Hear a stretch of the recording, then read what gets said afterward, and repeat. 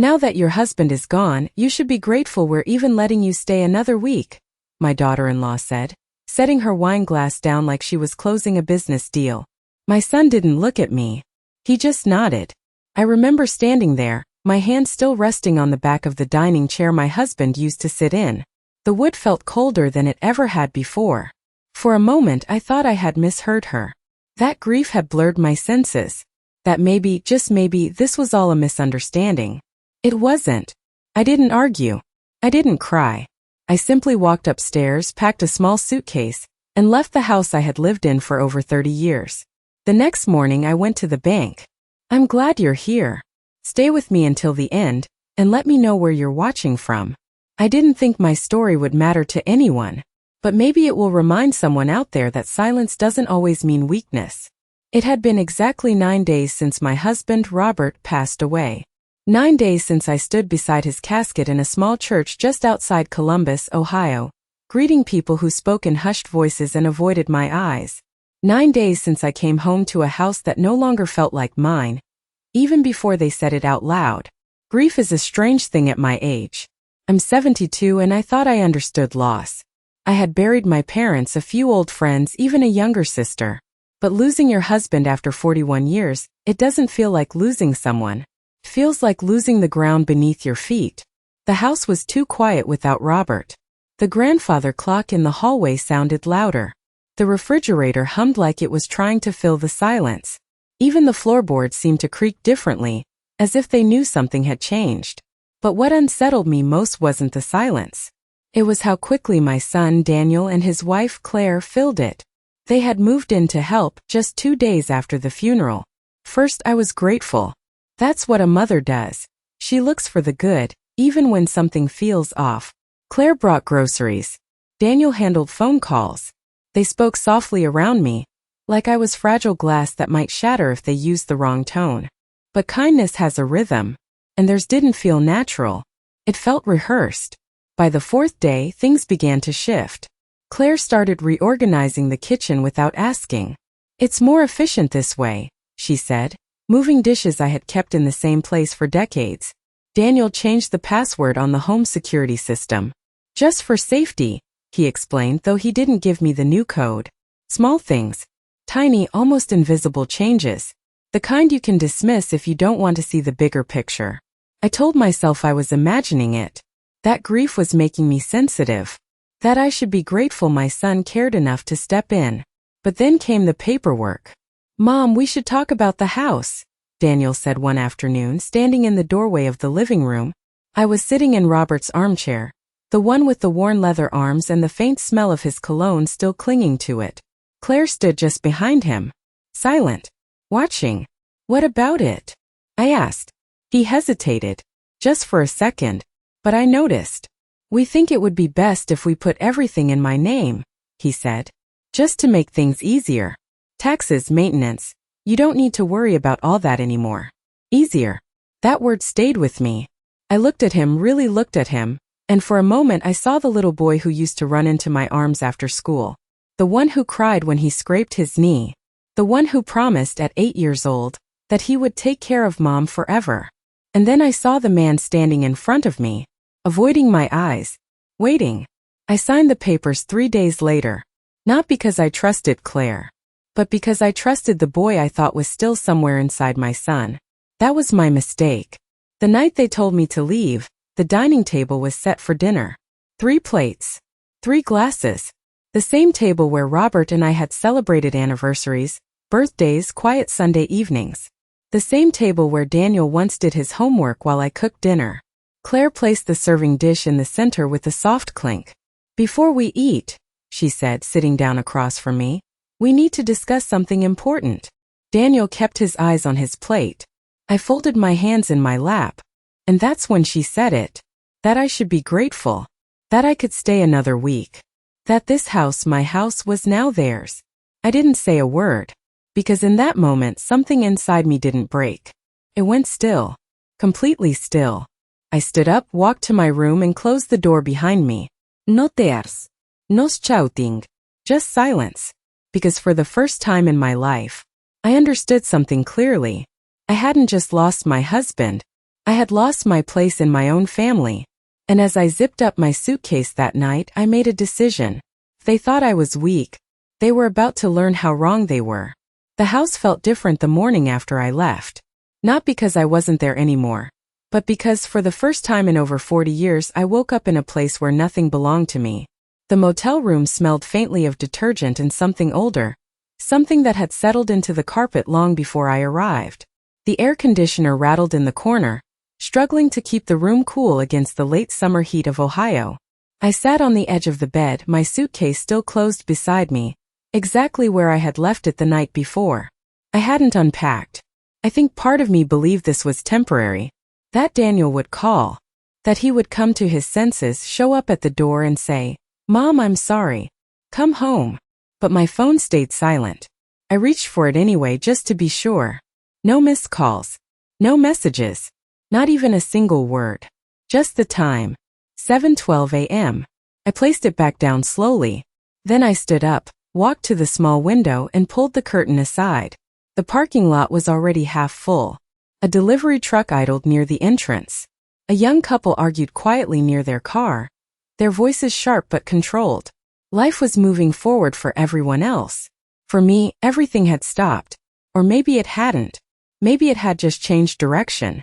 I went through the motions that morning the same way I had during the funeral week. Quietly. Mechanically. I brushed my hair, tied it back the way Robert liked, even though he wasn't there to see it. I folded the same blouse I had worn the night before and placed it neatly on the chair. Routine has a way of holding you together when everything else is falling apart. By 8 a.m., I was sitting in a small diner 2 blocks away. The kind of place Robert and I used to visit on Sunday mornings. Vinyl booths, black coffee, waitresses who called you Han without thinking twice about it. I ordered eggs and toast. I didn't eat much of it. Instead, I watched people. A man in a construction vest laughing with his coworkers. A mother cutting pancakes into small pieces for her daughter. An older couple sitting side by side in silence, comfortable silence, the kind that only comes from years of knowing each other. I looked away. That used to be me. At 9:15, I paid the bill and stepped back into the warm morning air. For a moment, I just stood there on the sidewalk, unsure of where to go next. I had never felt that before. Not in my 20s. Not in my 40s. Not even after Robert passed. Because back then, even in grief, I still had a home. Now I had a suitcase and a receipt from a motel. And a son who had signed my life away with a steady hand. I walked back to the motel slowly, my thoughts quieter now. Not calmer, just more focused. Because something had started to settle inside me. Not anger. Not yet. Clarity. By the time I reached my room, I knew what I needed to do. I picked up my purse, took out my phone, and scrolled to a number I hadn't called in years. Margaret Ellis. She had been Robert's attorney. A careful woman. Precise. The kind who chose her words the way surgeons choose their instruments. She answered on the 3rd ring. Margaret speaking. I paused for just a second. Margaret, this is Helen Carter. Robert's wife.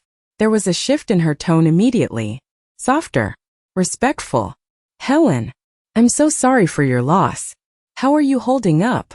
It was a kind question. One I didn't feel like answering. I need to see you, I said instead. A brief silence. Of course. Is everything all right? I looked around the room, the thin curtains, the suitcase, the unfamiliar walls. No, I said quietly. But I think it will be. She didn't ask anything else. Come by at 11 o'clock. I'll make time. When the call ended, I sat down on the edge of the bed again. This time I opened the suitcase. Not to unpack, but to take something out. At the very bottom, wrapped carefully in an old scarf, was a folder. Inside it were copies of documents Robert had insisted I keep years ago. Just in case, he had said back then with that small knowing smile of his. I hadn't thought much about it at the time, because I trusted my family, because I believed that what we built together would always be ours. I opened the folder slowly, my fingers steady now. Deeds, account summaries, notes in Robert's handwriting, and one document that made me stop. My name was still on it. Not crossed out. Not transferred. Still there. I stared at it for a long moment. Then I closed the folder carefully and placed it back into my purse. For the first time since that dinner, I felt something shift inside me. They thought everything was already theirs. They thought I had signed everything away without question. They thought I had nowhere to go. And maybe for a moment, I had let them believe that. But as I stood up and reached for my keys, I realized something important. I wasn't going to fight them with anger. I wasn't going to beg for anything that was already mine. I was going to do something much simpler. I was going to let them think they had one. And then, I was going to take it all back. Top of form, bottom of form. Margaret's office hadn't changed. The same polished wooden desk. The same floor-to-ceiling shelves filled with neatly labeled binders. Even the faint scent of lavender and paper felt exactly as I remembered. It was a place built on order, on clarity, on truth. Something my life no longer had. She stood when I entered, offering a small, respectful smile. "Helen," she said gently, walking around the desk. "It's good to see you. I only wish it were under better circumstances." I nodded. "So do I." We didn't waste time with pleasantries. Not because she wasn't kind, but because she understood something had shifted. Women like Margaret don't ask unnecessary questions. They wait. I sat down across from her and placed my purse carefully on the desk. "My son asked me to sign over the house," I said, my voice steady. 3 days after my husband was buried. Margaret didn't react immediately. But I saw it, the slight tightening around her eyes. The kind of reaction professionals try to hide. "Did you sign anything?" she asked. "Yes." "What exactly?" "I don't know," I admitted. "He said it would make things easier. Taxes. Maintenance." I paused. I didn't read it carefully. That part lingered in the air between us. Not as a judgment, but as a fact. Margaret leaned back slightly, folding her hands. "Helen," she said, choosing her words carefully, "do you have a copy of what you signed?" I reached into my purse and took out the folder. I brought everything Robert ever told me to keep. She took the documents, her fingers moving with quiet precision as she began to review them. Page after page. Line after line. The room fell silent. The kind of silence that stretches time. I watched her eyes as she read. Not the words, but her reaction to them. The small pauses. The slight narrowing of her gaze. The way she went back to certain lines twice. Something wasn't right. After what felt like 10 minutes but was probably closer to 3, she placed one document down separately from the rest. "This," she said, tapping it lightly, "is what matters." I leaned forward. It was the same paper I had noticed earlier in the motel room. My name. Still there. "What is it?" I asked. Margaret looked at me directly. "This is the original property deed," she said. "The house is not solely in your husband's name. It's jointly owned, with right of survivorship." I frowned slightly. "I don't understand." "It means," she continued, "that when Robert passed, his share of the property automatically transferred to you. Not to your son. Not to anyone else." I felt my breath catch just slightly. "So the house is mine?" "Yes." The word landed quietly, but it changed everything. I sat back slowly, letting it settle. "Then what did I sign?" I asked. Margaret's expression shifted again. Sharper now. More focused. She picked up another document, the one Daniel had given me. "This," she said, "is a transfer agreement. It attempts to move ownership from you to your son." Attempts.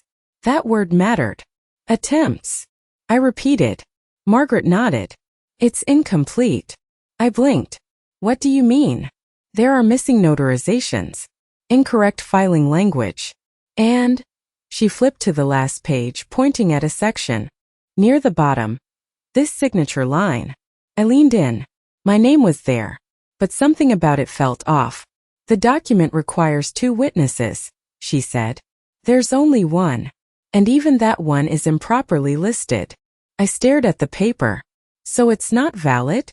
Margaret met my eyes. "No, Ellen. It's not." The room felt different after that. Lighter. But sharper. Like stepping into cold air after being trapped inside too long. "They thought it was done," I said quietly. "Yes. They think the house is theirs." "Yes." A small pause. Then I asked the question that had been forming since the moment I left that dinner table. "What happens now?" Margaret didn't answer right away. Instead, she closed the folder carefully, aligning the edges like she was sealing something back into place. That depends, she said finally, on what you want to do. I looked down at my hands. They weren't shaking anymore. I don't want to fight, I said. Not loudly. Not like that. Margaret nodded slightly. I didn't think you would. I just want what's mine. And your dignity, she added. I met her gaze. Yes. For a moment, neither of us spoke. Then she leaned forward slightly, her tone shifting, not softer but more precise. There's a way to handle this, she said. Quietly. Legally. Effectively. I felt something settle inside me again. That same stillness from the night I packed my suitcase. What do I need to do? I asked. Margaret's lips curved into the faintest hint of a smile. For now, she said. Nothing. I frowned. Nothing. Let them believe it's over, she said. Let them settle into it. Make decisions. Show their intentions clearly. I thought about Daniel. About the way he couldn't meet my eyes. About Claire and that calm, measured voice at the dinner table. They won't hold back, I said. No, Margaret agreed. They won't. She paused. And that's exactly what we need. I exhaled slowly, because for the first time since Robert died, I wasn't reacting anymore.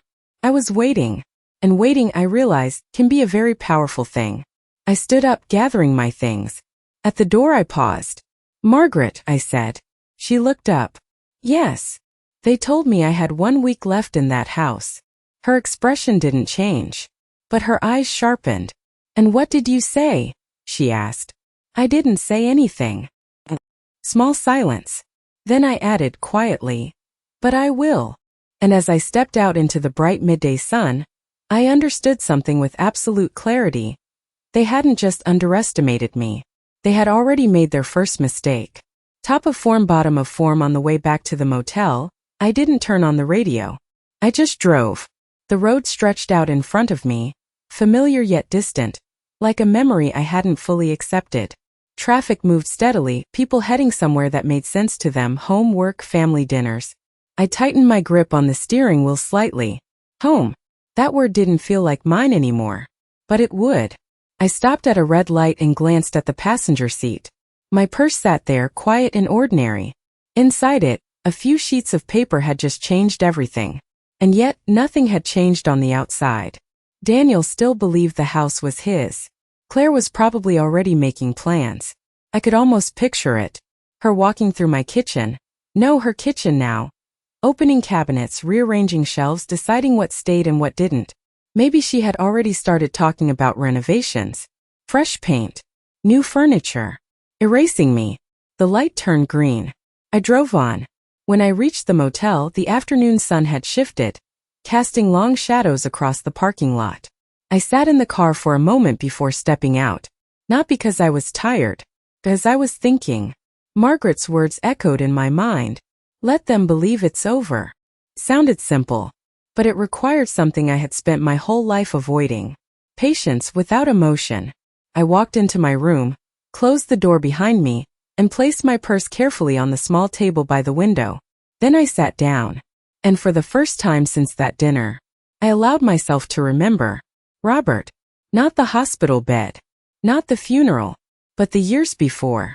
The early mornings when he would make coffee before I woke up. The way he used to leave little notes on the counter when he had to leave early for work. Don't forget to eat lunch. Call me if you need anything. Simple things. Steady things. We built that house together piece by piece. Not just with money but with time. With decisions. With arguments over paint colors and quiet agreements over where the couch should go. It was never just a house. It was a life. And I had handed it over in 3 signatures. I closed my eyes for a moment, not in regret, but in understanding, because now I could see it clearly. This hadn't started after Robert died. It had been building for years. The first time Claire corrected me in my own kitchen. Oh, we don't cook like that anymore. The way Daniel laughed, lightly dismissively, like it was nothing. The holidays that slowly shifted away from my table. Let's do Christmas at our place this year. Mom, it's just easier. Easier. That word again. Always easier for them. I leaned back in the chair, staring at the ceiling. There were so many moments I had ignored. So many small signals I had chosen not to read. Because it's easier to believe your family loves you than to accept they might not. A knock at the door pulled me out of my thoughts. Sharp. Unexpected. I frowned slightly and stood up, walking over. When I opened it, I wasn't surprised. Daniel. He stood there, hands in his pockets, shifting his weight slightly like he used to when he was nervous as a boy. For a brief second, I saw him again. My son. Then it was gone. Mom, he said. I didn't invite him in. Yes. He glanced past me into the room, taking in the small space, the suitcase, the unfamiliar surroundings. Something flickered across his face. Guilt. Maybe. We were wondering where you went, he said. We. Not I. I needed some time, I replied calmly. He nodded like that made sense. Claire was worried, he added. I almost smiled at that. I'm sure she was. A brief silence stretched between us. Then he cleared his throat. Look about what happened the other night. I waited. I think things just got a little tense, he said. You know how Claire can be. She didn't mean it like that. I held his gaze. How did she mean it? He hesitated. That was answer enough. She's just thinking about the future, he continued quickly. About what's practical. The house is big. It's expensive. And you shouldn't have to deal with all that alone. I said nothing, because I had already heard all of this before. The same words, the same tone. Only now, I understood the intention behind them. We can work something out, he added. Maybe. Find you a nice place. Somewhere comfortable. There are communities. I'm not moving into a community, I said quietly. He stopped. For the first time since he arrived, he really looked at me. Not past me.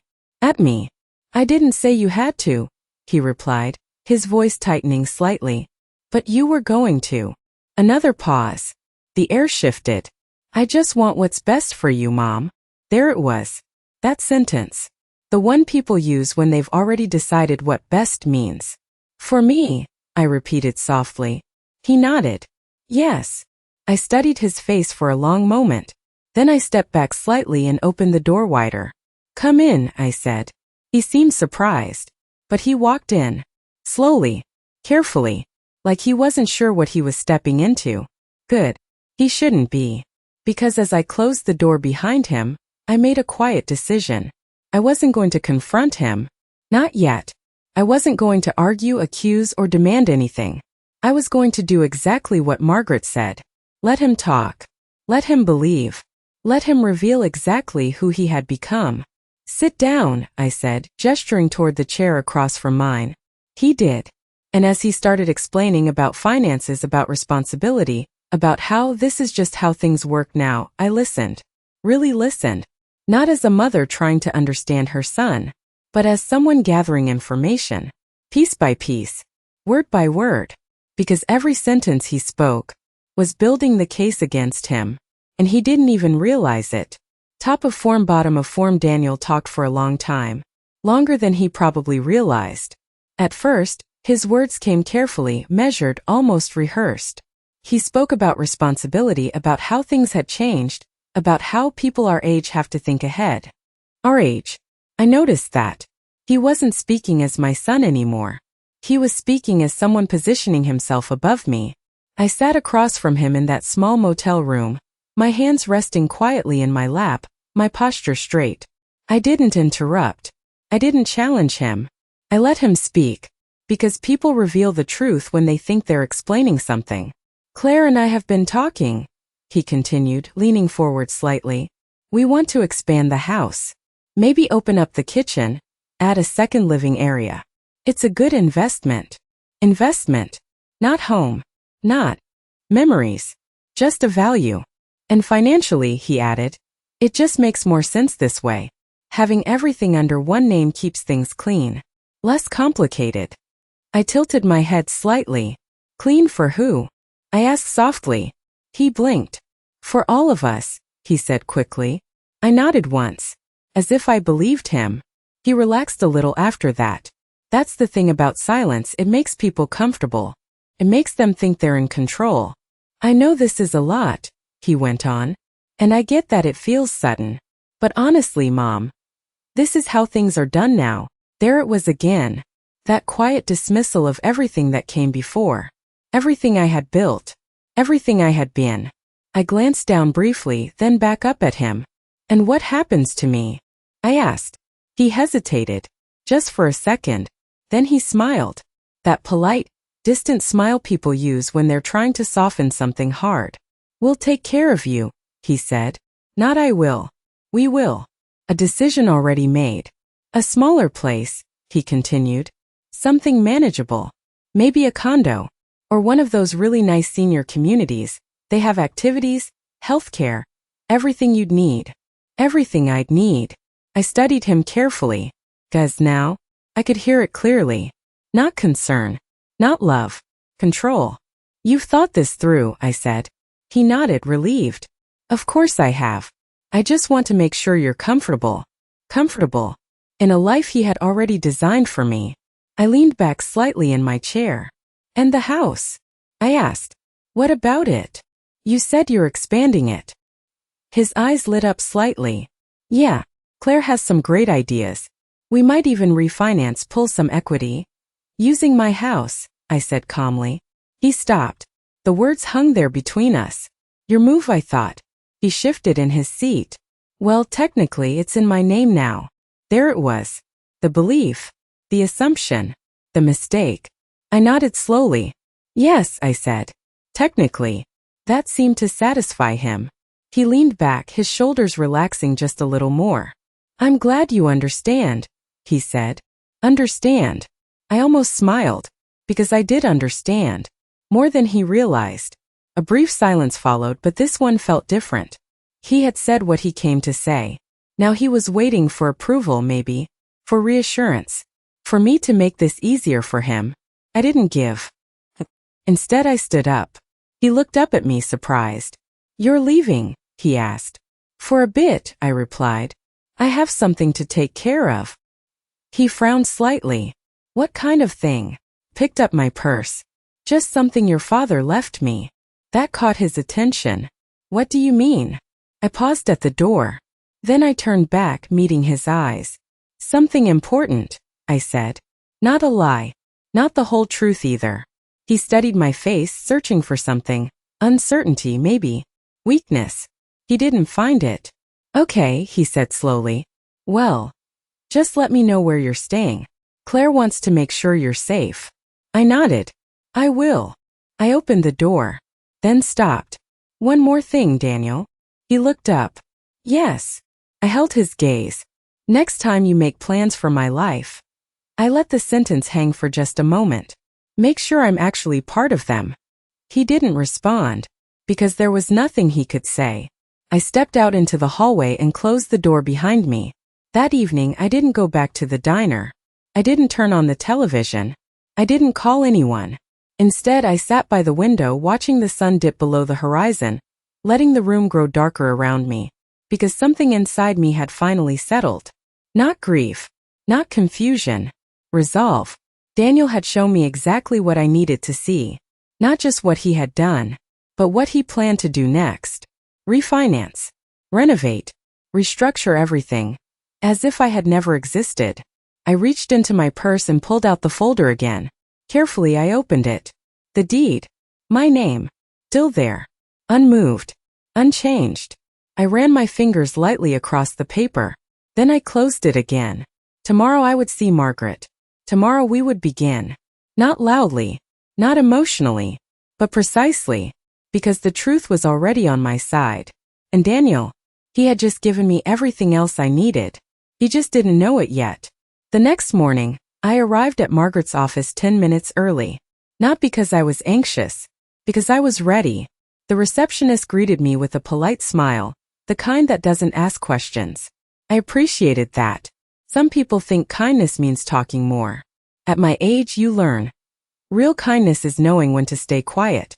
Margaret opened the door herself. Helen, she said, stepping aside. Come in.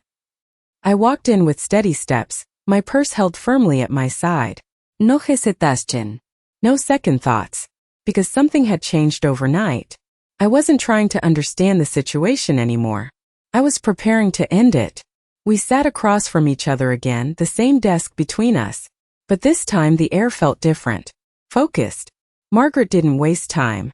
I assume he came to see you, she said. I gave a small nod. He did. And I placed my purse on the desk and opened it, pulling out the folder. He confirmed everything, I said. They're planning renovations. Refinancing. They've already decided what happens to the house. Margaret's expression didn't change, but her eyes sharpened slightly. Good, she said. Good. Not because of what they were doing, but because of what it revealed. They believe the transfer is complete, she added. Yes. And they're acting on that belief. Yes. Margaret leaned back slightly. That gives us leverage. I let that settle. Leverage. A word I had never needed in my family before. She opened the folder and reviewed the documents again, slower this time. Not searching, confirming. Then she closed it. We're going to proceed in stages, she said. I nodded once. Tell me. Stage 1, she explained, was silence. No confrontation. No warnings. No emotional reactions. They expect you to either resist or disappear, she said. We do neither. I almost smiled. Does that part? I was already doing. Stage 2 was documentation. Everything they say. Everything they do. Dates, times, details, she continued. I thought about Daniel in the motel room. Every word. Every plan. I've already started, I said. Margaret gave a small approving nod. Good. Stage 3 was where things changed. We file a formal notice, she said.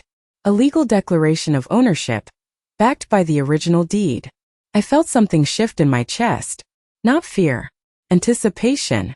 They'll receive it officially, she continued. No arguments. No discussions. Just facts. And the house? I asked. Margaret met my eyes. You reclaim it. The words were simple, but they carried weight. There was a pause. Then I asked the question that had been sitting quietly in the back of my mind. What happens to them? Margaret didn't hesitate. That depends on how far they've gone, she said. I thought about the renovations, the refinancing, the plans already in motion. They've already started, I said quietly. Margaret nodded once. Then there will be consequences. I sat back, letting that sink in. Consequences. Not revenge. Not anger. Just the result of their own actions. There's one more thing, Margaret added. I looked up. If they've attempted to leverage the property financially, using invalid ownership, she didn't finish the sentence. She didn't need to. I understood. That wasn't just betrayal. That was a mistake. A serious one. I exhaled slowly, because for the first time since all of this began, I wasn't the one losing anything. When do we start? I asked. Margaret's lips curved slightly. We already have. When I left her office, the sky was clear, bright, uncomplicated. I stood on the sidewalk for a moment, letting the sunlight settle over me. Not because I needed comfort, but because I needed clarity. And now I had it. That afternoon, I didn't go back to the motel right away. Instead, I drove past the house. Slowly, carefully. I didn't stop. I didn't pull into the driveway. I just passed by. And what I saw told me everything. The front door was open. A truck was parked out front. And 2 men were carrying in materials, wood panels, tools, equipment. Renovation had already begun. I kept driving, because I didn't need to see more. I had seen enough. That night, back in the motel room, I sat at the small table with a notebook in front of me. For the first time in years, I wrote things down. Date, time, what I saw, what I heard. Every detail. Clean, precise, undeniable. Daniel thought he was building something. A future. A better life. A house that finally belonged to him. But what he didn't realize was that every step he took forward was stepping deeper into something he couldn't undo. I closed the notebook and set the pen down. Then I turned off the light and sat in the quiet. Because tomorrow, the first piece would move. And once it did, there would be no going back. The envelope arrived 2 days later. Plain. White. No return address on the front. Just Daniel's name, neatly printed in black ink. Margaret had told me exactly when it would be delivered. Exactly how it would look. Official but not aggressive, she had said. It was more than that. It was final. I wasn't there to see him open. But I didn't need to be. Because I knew Daniel. I knew the way his brow would crease slightly as he held it in his hands. The way he would assume it was just another document, something routine, something expected. Until he read it. That morning I stayed in the motel room. I made coffee using the small machine by the sink, poured it into a paper cup, and sat by the window like I had the days before. But this time, I wasn't waiting. I was listening. Not for a phone call, but for the moment everything shifted. At 10:17 a.m. my phone rang. Daniel. I let it ring twice before answering. Helen speaking. Silence. Then, Mom, what is this? His voice wasn't angry. Not yet. It was confused. Unsteady. Exactly where I needed him to be. I'm not sure what you're referring to, I said calmly. Another pause. Then I heard it, the faint rustling of paper on his end. This letter, he said. It says the house is legally yours, that the transfer isn't valid, that we need to vacate or respond formally. What is this? I looked out the window. A car pulled into the parking lot. A man stepped out, checking his phone, completely unaware that someone else's world was beginning to tilt. It's a clarification, I said. A clarification? His voice rose slightly. Mom, this is a legal notice. Yes. You said you understood. You signed everything. I signed what I was given. Another silence. Longer this time. He was thinking now, trying to catch up. That doesn't make any sense, he said. The house is in my name. No, iraplia sufli. It isn't. I could hear his breathing change. Faster. Sharper. Claire, he called out, his voice muffled as he pulled the phone away. Claire, you need to look at this. I waited, because this part mattered. The moment when doubt enters the room. Claire's voice came next. What is it? She asked, distant at first. Then closer. Then quiet. Too quiet. What did you do? Daniel asked, his voice returning to the phone but now different. Not confused. Not uncertain. Tight. Controlled. I didn't answer immediately, because the truth was already in front of him. What did you do? He repeated. I corrected a mistake, I said. The reaction was immediate. This isn't a mistake, he snapped. This is ridiculous. We've already started. Work on the house. We've made financial decisions based on this. Without verifying ownership, I said. He stopped, just for a second, but it was enough. You signed the papers, he said again, slower now, like repeating it would make it true. Yes. So how is this happening? Because the papers weren't valid. Another silence. But this one was different. He wasn't speaking because he couldn't. Because somewhere deep down he was starting to understand. Claire spoke again, her voice lower now, more controlled than his. Let me see that. A pause. Then, this doesn't mean anything yet, she said quickly. It's just a claim. We can respond. We can fix this. Fix this. I almost smiled. Because that's what people say when they realize they've made a mistake, but don't yet understand how big it is. You should speak with an attorney, I said calmly. We will, Daniel replied immediately. I'm sure you will. There was a shift again. Subtle, but clear. Why are you doing this? He asked. That question. Not how. Not what. Why? I looked down at my hands. Still steady. Then back out the window. Because it's my house, Daniel. Silence. Heavy. Unavoidable. You're overreacting, Claire said, cutting in. This doesn't have to be a conflict. We were trying to help you. I let that sit for a moment. Then I answered. Help me by removing me? No response. We gave you options, she continued, her tone sharpening slightly. You could have stayed. We just needed to make practical decisions. You gave me a deadline, I said. Daniel exhaled sharply. Mom, please. Let's not turn this into something bigger than it is. I closed my eyes for a brief moment, because that was the moment, the exact moment, where everything became clear. It already is, I said quietly. There was nothing left to say after that. Not for them. Not for me. We'll be in touch, Claire said finally. Through our attorney, I replied. Then I ended the call. The room went quiet again. But it wasn't the same quiet as before. This one had weight, movement, direction. I set the phone down on the table and took a slow sip of my coffee. It had gone cold. I didn't mind, because somewhere across town, Daniel was standing in a house he thought was his, reading a letter that told him otherwise, looking at walls. He had already started to change, realizing he might have to undo all of it. And for the first time since this began, he wasn't in control anymore. I leaned back in my chair, letting the silence settle around me. Not empty, not heavy, just still. Because this was only the beginning, and they had just taken their first step into a situation they couldn't talk their way out of. They didn't call back that day. Not Daniel. Not Claire. And that told me everything I needed to know. People who believe they're right argue. People who know they might be wrong. They go quiet. The next 2 days passed slowly, but not uneventfully. I kept my routine simple. Morning coffee. A short walk. Notes in my notebook. Date. Time. Observation. I didn't rush. Because rushing is what people do when they're losing control. And I wasn't. On the third day Margaret called. They've retained counsel, she said, her tone calm, almost expected. Of course they have, I replied. They're contesting the notice, claiming you willingly transferred ownership. I leaned back in the chair, glancing at the folder on the table beside me. They would, I said. There was a brief pause.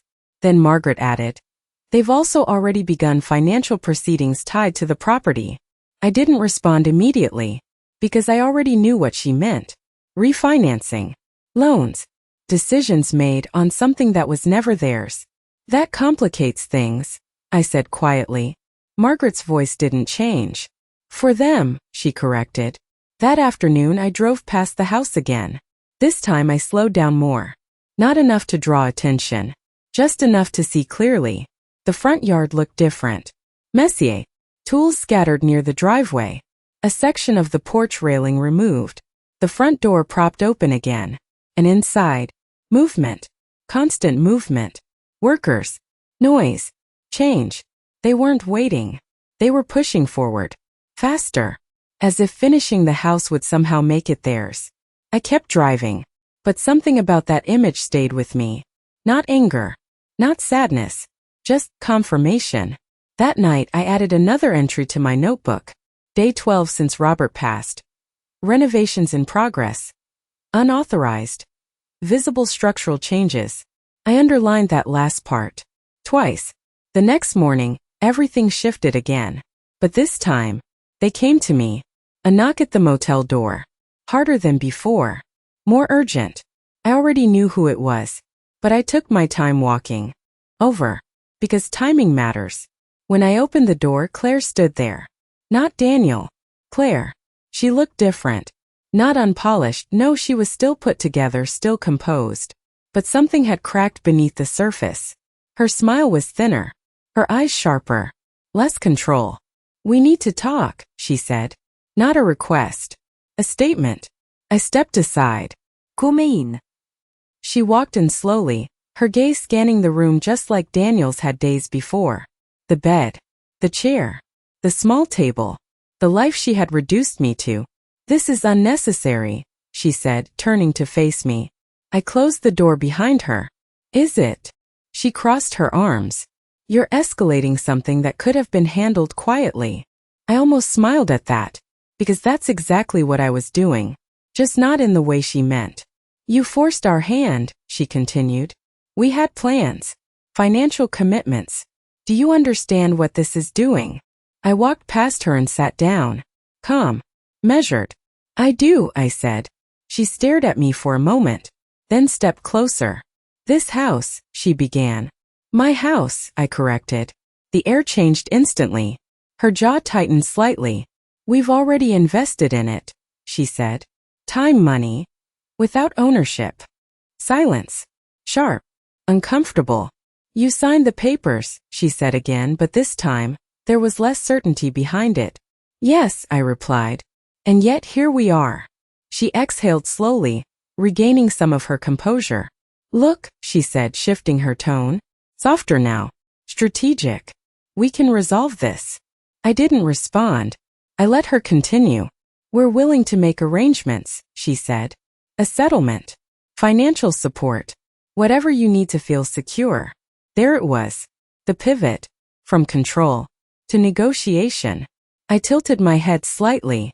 What I need, I said, is already mine. She paused, then tried again. You don't want to drag this through court, she said. It'll be messy, expensive, stressful. I held her gaze. For who? Another silence. Longer this time, because she knew the answer. You're making a mistake, she said finally. I shook my head slowly. No, Iraplia. I made my mistake when I trusted you. That landed. I saw it. Just for a second. Her expression hardened. Daniel is your son, she said. This will destroy your relationship. I stood up. Slowly. Carefully. That already happened, I said. She didn't respond. Because there was nothing left to say. For a moment we just stood there. Two women. One trying to hold on to something she thought she controlled. The other taking it back. Finally she turned toward the door. But before she opened it she stopped. You think this ends well for you? She asked. I didn't hesitate. Yes. She left without another word. The room went quiet again. But not empty. Never empty anymore. Because everything was moving now. Exactly as it should. I walked back to the table, opened my notebook and wrote. Day 14. Direct contact initiated by Claire. Attempted negotiation. Acknowledged financial investment. No denial of ownership dispute. I closed the notebook. Because this wasn't just about a house anymore. It was about truth, control, and consequences. And Claire had just confirmed something important. They weren't ahead anymore. They were reacting. Which meant only one thing. We were getting close. The letter from their attorney arrived the next morning. Thicker than ours. More aggressive. I sat at the small table in the motel room, the envelope placed neatly in front of me. I didn't open it right away. Because I already knew what it would say. People like Claire don't step back. They push harder. I poured myself a cup of coffee first. Sat down. Then opened it. The language was exactly what I expected. Formal. Sharp. Carefully worded to sound confident. They claimed I had willingly transferred ownership. They referenced my signature. They mentioned intent. And then they made their mistake. They included documentation. Financial filings. Loan applications. Renovation contracts. All tied to the house. I read every page slowly. Not rushing. Not reacting. Just absorbing. By the time I reached the last page, I set the papers down and leaned back in my chair. Because what they thought was their defense had just become my strongest position. At 11:30, I was back in Margaret's office. I placed the envelope on her desk without a word. She opened it, scanning quickly at first. Then slower. Then a very slowly.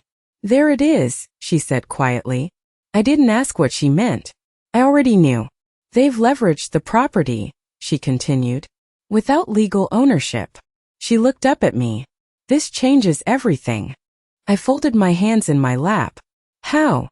Margaret closed the file carefully. They didn't just assume control, she said. They acted on it. Financially. Legally. A pause. That exposes them. I felt it then. Not satisfaction. Not relief.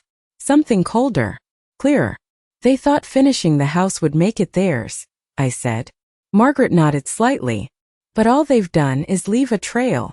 A long silence followed. Not heavy. Not uncertain. Just precise.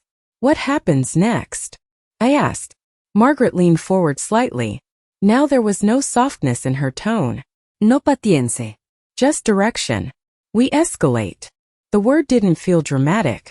Felt inevitable. We file for immediate enforcement of ownership, she said. And we include their financial activity as supporting evidence. I nodded once.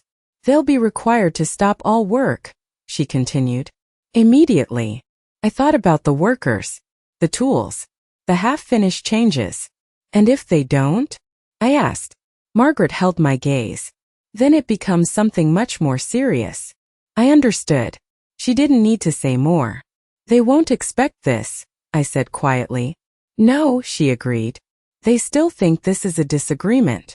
I exhaled slowly, because that was the truth.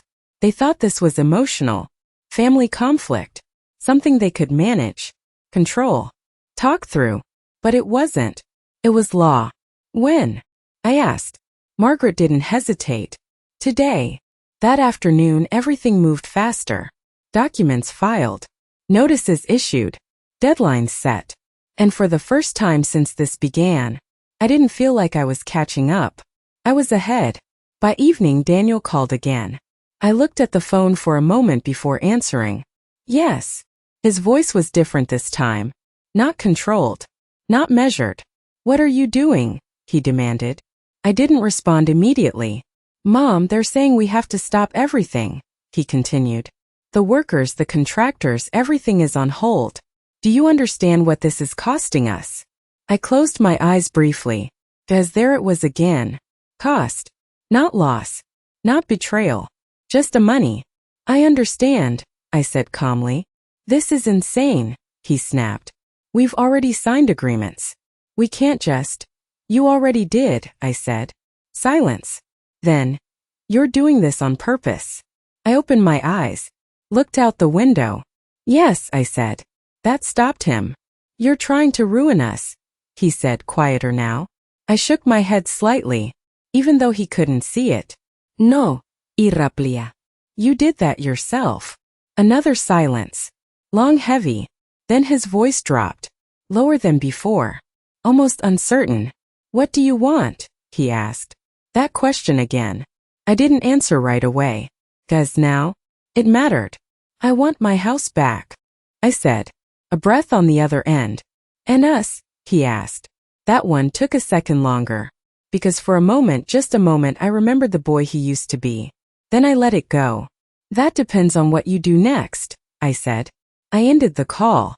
The room went quiet again, but not still, because now everything was in motion. They had pushed forward. Too fast. Too far. And now they were about to find out what that really cost. The notice was delivered at 8:42 a.m. Margaret called me at 8:50. It's done, she said. Her voice was calm, precise, the way it always was when something irreversible had just happened. They've been formally ordered to stop all activity on the property. Effective immediately. I sat by the window, the same chair, the same view, but nothing felt the same anymore. And if they don't? I asked. They won't have a choice, she replied. This isn't a request. By noon the house was quiet. I didn't need to be there to know that. But I went anyway. For the first time since I left. I turned into the driveway. Slowly. Deliberately. The truck was gone. The tools were gone. The front door was closed. Everything had stopped. I sat in the car for a moment, my hands resting lightly on the steering wheel. This was the first time I had been back. Not as a memory, not as something passing by, but as someone who still belonged. I stepped out of the car. The air felt different here. Familiar. Still. Before I could reach the door, it opened. Daniel. He stood there looking like he hadn't slept, his shirt wrinkled, his posture tense. And for the first time since all of this began, he didn't look certain. Mom, he said. Not firm. Not controlled. Just quiet. I didn't step closer. I didn't step back. I simply stood where I was. They came this morning, he said. I know. He ran a hand through his hair. They shut everything down. The contractors, the work, everything. I nodded once. They said we're not allowed to continue. That we don't have legal authority. He looked at me. Really looked at me. Is that true? I held his gaze. Yes. The word landed harder than anything I could have said. He exhaled slowly, his shoulders dropping just slightly. There. Saying we could be held responsible, he added. For the contracts. The money. The changes already made. I said nothing, because this part was his to understand. We didn't know, he said quickly. We thought. You assumed, I replied. Silence. Claire appeared behind him. Her expression was different now. No control. No performance. Just tension. We need to resolve this, she said. I looked at her. Then back at Daniel. Yes, I said. Another pause. Daniel stepped forward slightly. What do you want us to do? That question again. But this time it sounded different. Not defensive. Not demanding. Careful. I took a breath. Not because I needed to, but because I chose to. You stop everything, I said. He nodded immediately. It's already stopped. You don't make another decision about this house, I continued, without legal confirmation. Another nod. Slower this time. And you acknowledge, I said, that it is not yours. That one took longer. I watched it happen. The hesitation. The resistance. The weight of it. Then finally, okay, he said. Claire didn't speak. But she didn't interrupt either. That told me enough. I stepped forward. Just one step. This didn't have to happen like this, I said. Daniel looked down. I know. Then why did it? He didn't answer right away. Because there was no easy answer. Finally, he said, we thought it was practical. I almost smiled. That word again. Practical. Yes, I said quietly. I see that. Another silence. Then I reached into my purse and took out a single document. The original deed. I held it out. Not aggressively. Not dramatically. Just clearly. This is what you didn't check, I said. Daniel took it slowly. His eyes scanning the page. Stopping. Going back. Reading again. And then he saw it. My name. Still there. His grip tightened slightly. Claire leaned in, reading over his shoulder. Her face didn't change much. But her silence did. This was always yours? Daniel asked. Yes. And we? He didn't finish the sentence. He didn't need to. I lowered my hand. You made decisions, I said. Without understanding what you were deciding. The words weren't harsh. They didn't need to be. Because the truth is always enough. Daniel handed the paper back. Slowly. What happens now? He asked. I looked past him. Into the house. The walls. The space. The life that had been built there. Then back. At him. Now, I said, you deal with what you started. Claire finally spoke. And you? She asked. I met her eyes. I'm already done. That was the difference.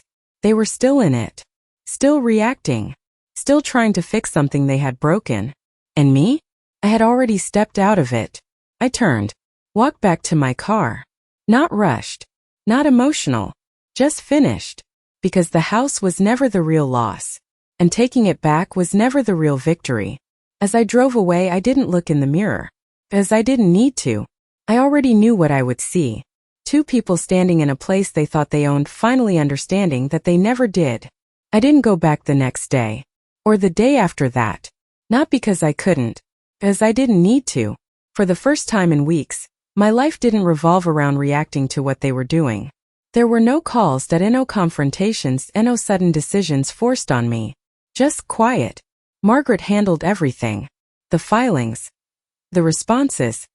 The formal process of restoring what had always been mine. Step by step. Clean. Undeniable. They've stopped contesting, she told me during one of our calls. I stood by the window watching the same parking lot that had once felt like a temporary stop. And the financial situation? I asked. A brief pause. They're responsible for it, she said. Every agreement they signed, every contract, they entered without authority. I nodded slowly. They understand that now? Yes. That was the thing about consequences. They don't need to be loud. They just need to be real. A few days later, Daniel called again. I let it ring once before answering. Mom, his voice was quieter this time. Not tense. Not defensive. Just tired. Yes. We've stopped everything, he said. The work, the contracts, all of it. I know. A pause. Then. We're trying to sort things out. I didn't respond immediately, because I wasn't part of that anymore. The lawyers said. He continued, then stopped. What did they say? I asked. That we acted too quickly. I almost smiled. Yes, I said. You did. Another silence. Then carefully, we didn't think you'd do this. I looked out the window, at the people walking by, at a life that had continued, even when mine had felt paused. I didn't either, I said. That was the truth. He exhaled. Softly. We thought we were helping, he said. I didn't challenge that. Not directly. Daniel, I said. Help doesn't remove someone from their own life. No response. Because there wasn't one. He began again. I thought it would be easier for you. That word. Easier. I closed my eyes briefly. It was easier, I said. He sounded surprised. What? It was easier, I repeated. For you. Silence. Then quieter. Yeah. That was the closest thing to honesty I had heard from him in weeks. I'm sorry, he said. The words came out quickly, almost like they had been waiting. I didn't respond right away. 'Cause apologies, they matter. But only when they come with understanding. What are you sorry for? I asked. He hesitated. For everything. I shook my head slightly. That's not an answer. Another pause. Longer this time. Then, for treating you like you didn't matter, he said. There it was. Not perfect, but real. I let that sit. I raised you better than that, I said quietly. I know. His voice broke slightly, and for a moment, just a moment, I heard my son again. Not the man making decisions about my life. Not the person standing across from me in that motel room. Just my son. But moments pass, and reality stays. I can't fix what already happened, he said. No, Iraplia. You can't. Another silence. But you can decide what happens next. He didn't answer. But I knew he heard me. I'm not coming back, I said. That landed. What? He asked quietly. I'm not moving back into the house with you, I continued. But it's yours, he said. Yes, I replied. It is. That wasn't the same thing. I need space, I said. Time. A life that isn't built on what just happened. He didn't argue. 'Cause this time he understood. Okay, he said. And for once, that word didn't sound like agreement. It sounded like acceptance. We ended the call shortly after. No long goodbye. No forced warmth. Just an ending. That evening I went back to the house. Not to stay. Just to stand in it again. The door opened easily. The air inside still carried traces of fresh wood and dust from the unfinished work. Half-done changes. Interrupted plans. I walked through each room slowly, touching nothing, moving quietly, because this place was no longer the same. Not because of what they had done, but because of what I had learned. I stopped in the living room, the same space where everything had begun, and I stood there for a long moment, not remembering, not grieving, just understanding. Then I turned, walked out, and closed the door behind me, because I wasn't going back to who I had been, and I wasn't staying where I had been hurt. I was moving forward. Finally, on my terms. Top of form, bottom of form. I didn't move back into the house. Not that week. Not the week after. And eventually, I realized I wasn't going to. Margaret finalized everything quietly. Ownership reaffirmed. All claims resolved. Every document corrected, filed, and sealed. Legally, it was over. But life doesn't end when the paperwork does. Sometimes that's just where it begins. I found a small place about 20 minutes away. Nothing grand. A one-story home with a narrow front porch and a maple tree that turned deep red in the fall. The kind of place that didn't carry history. The kind of place where you could build something new. The first night there, I didn't unpack everything. Just the essentials. A few clothes. My notebook. And one framed photo of Robert. I placed it on the bedside table. Not as a reminder of what I lost, but of what I had. Because that mattered. The house, the big one, was eventually sold. Not out of anger. Not out of spite. But because I understood something clearly now. A home isn't the walls you protect. It's the life you feel safe living inside them. And that house no longer held that for me. Daniel didn't argue. He didn't try to stop it. In fact, he helped. Quietly. Respectfully. Not as someone trying to take control, but as someone trying to make things right. We spoke occasionally. Short calls. Careful words. There was no pretending. No sudden return to what we used to be. Because some things don't go back. But they can move forward. Differently. More honestly. Claire never called. And I didn't expect her to. Some people don't apologize. Not because they don't understand, but because they choose not to. And that's their decision. Just like this was mine. One afternoon a few months later, I sat on my new porch with a cup of tea in my hands. The air was cool. The leaves had already begun to change. I watched them fall slowly one by one. No resistance. No noise. Just letting go. And I thought about everything that had happened. Not with anger. Not with sadness. But with clarity. I had lost a husband. A home. And for a while a family. But I had also found something. Myself. Not the version of me that waited. That trusted without question. That stayed silent to keep the peace. But the version that knew when to step back. When to stand firm. When to walk away. That woman. I trusted. I took a slow sip of my tea and leaned back in the chair. The porch creaked softly beneath me. A familiar sound. But this time it belonged to me. No one was going to take this away. Not because I would fight louder. But because I would never again give it away without understanding its value. As the sun dipped lower in the sky, casting long shadows across the yard, I allowed myself a small, quiet smile. Because in the end, I didn't lose everything. I lost what was never truly mine to keep. And I kept what mattered most. My dignity. My clarity. And my life. On my terms. If my story touched your heart, don't forget to like, subscribe, and share it with someone who needs to hear this today. Top of form, bottom of form.